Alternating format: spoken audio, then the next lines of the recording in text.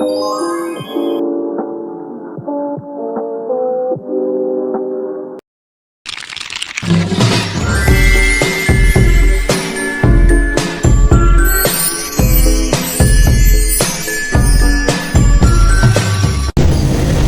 sih cara membagi waktu di perguruan tinggi? Kemudian, tantangan apa sih ketika belajar di perguruan tinggi? Lalu, gimana cara belajar efektif di perguruan tinggi?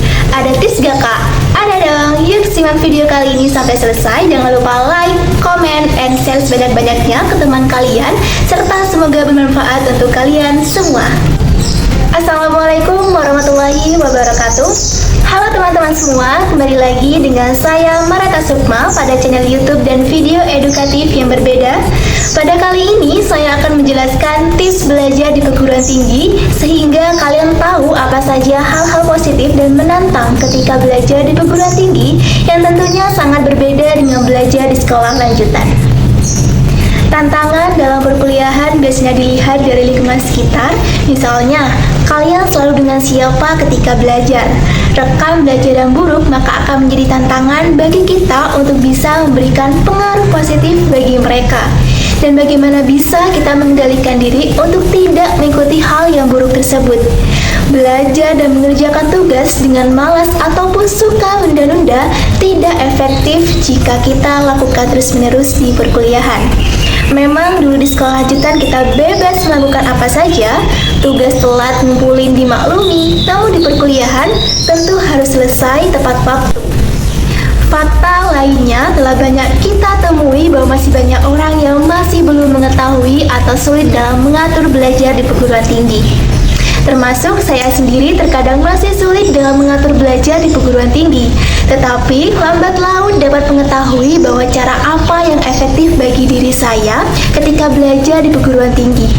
Namun di balik itu terdapat tantangan tersendiri, yaitu paling utama benar-benar jauh berbeda dari sekolah lanjutan, yaitu di SMP maupun di SMA. Oke, langsung saja saya akan memberikan tips belajar di perguruan tinggi. Tips yang pertama adalah menentukan tujuan. Maksudnya di sini yaitu teman-teman pasti memiliki tujuan ketika sebelum berkuliah di perguruan tinggi. Ataukah kalian hanya sekedar ingin mendapatkan gelar sarjana? Ataukah kalian ingin mendapatkan ilmu untuk impian yang akan kalian capai, yaitu seperti menjadi seorang pembisnis, pengusaha, guru, atau mungkin dosen bahkan profesor? Apakah kalian hanya ingin mencari sekedar pengalaman saja, tetapi ketika lulus dari perguruan tinggi, kalian tidak sesuai dengan jurusan yang telah kalian jalani? Oleh karena itu, kalian harus kembali lagi kepada tujuan awal berkuliah di perguruan tinggi. Karena pasti setiap teman-teman di sini memiliki tujuan yang berbeda-beda. Lalu, tips yang kedua adalah menentukan skala prioritas. Nah, teman-teman semua pasti memiliki prioritas dan di sini kalian bisa melihat dari tujuan awal tadi. Jika kalian hanya ingin fokus pada akademik, berarti kalian skala prioritasnya pada akademik itu sendiri. Seperti fokus pada bagaimana kalian bisa lulus dengan tepat waktu. Itu dengan mempertahankan IPK kalian supaya tidak turun per semesternya. Nah, tetapi beda lagi jika kalian hanya ingin mencari pengalaman pada organisasi, UKM, atau kepanitiaan di perguruan tinggi. Jadi, yang berhubungan dengan akademis kalian selalu anggap tidak masalah. Misalnya, selama nilai aman, berapapun nilainya tentu tidak mempermasalahkan hal tersebut. Kemudian, tips yang ketiga adalah pintar dalam manajemen waktu atau mengatur waktu dengan baik. Nah, teman-teman di sini terkadang masih ada yang telah mengatur waktu dengan baik sedemikian rupa, tetapi masih saja tidak sesuai dengan waktu yang telah kalian atur. Oleh karena itu, kalian harus bisa tegas terhadap waktu yang telah kalian buat. Misalnya, teman-teman bisa membuat list apa saja yang akan kalian lakukan pada hari itu. Belajar dari pengalaman saya juga, teman-teman bisa membuat list antara jadwal perkuliahan, jadwal presentasi, jadwal tugas-tugas yang harus disesuaikan baik itu di perkuliahan maupun di kepanitiaan atau organisasi, UKM maupun himpunan, serta jadwal untuk pribadi, karena ini penting ketika memberi kita self-reward supaya kehidupan yang kita jalani tidak stres dan jenuh. Kita tahu di luar sana pasti banyak sekali teman-teman yang aktif di keseluruhannya, baik dari akademisnya maupun organisasinya, tetapi mereka mengorbankan kesehatan dan mental dirinya. Jadi, untuk teman-teman harus bisa mengatur manajemen waktu dengan baik. Nah, itulah yang saya lakukan, yaitu mengelis semua yang akan dilakukan di hari itu. Jadi, setiap hari perlu melakukan list supaya semuanya juga tidak terlewatkan dan sesuai dengan apa yang harus diselesaikan pada hari itu. Tetapi, jika memang ada hal yang mendadak di hari itu, misalkan saya hari ini harus mengerjakan tugas A, tetapi tiba-tiba ada hal mendadak dari luar yang mengharuskan saya untuk mengikuti kegiatan B. Tentu perlu melihat apa yang menjadi tujuan dan prioritas, yaitu lebih mengutamakan akademis. Jadi, harus menyelesaikan tugas di perkuliahan karena deadline pada hari itu. Kecuali memang deadline sekitar 1 minggu lagi, maka saya akan memilih kegiatan yang mendadak tadi itu. Intinya, paling penting harus melihat tugas di perkuliahan bisa dikerjakan dalam beberapa hari.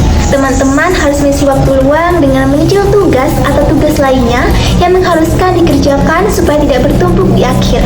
Karena kita tidak tahu apa yang akan terjadi di hari yang akan datang. Tips yang selanjutnya yaitu menentukan pola atau gaya belajar. Nah, teman-teman perlu mengetahui pola belajar yang nyaman dan sesuai bagi diri sendiri. Jika mudah lupa dengan materi yang dipelajari, bisa merekam atau mencatat apa saja yang dijelaskan oleh dosen karena semua itu biasanya menjadi bahan pada ujian nantinya. Mencari tempat yang nyaman dalam proses belajar berlangsung. Nah, bisa juga dengan mulailah belajar jurnal atau sumber-sumber lainnya seperti kepustakaan kampus atau fakultas supaya terbiasa serta menambah pengetahuan dan referensi dari berbagai sumber.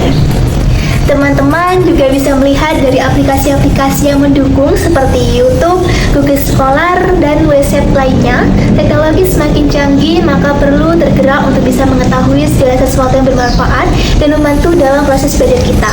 Lalu perlu mengetahui juga karakter dosen supaya teman-teman dapat menyesuaikan cara mengajar dosen yang berbeda, sehingga apa yang dijelaskan akan memudahkan kita untuk memahami materi.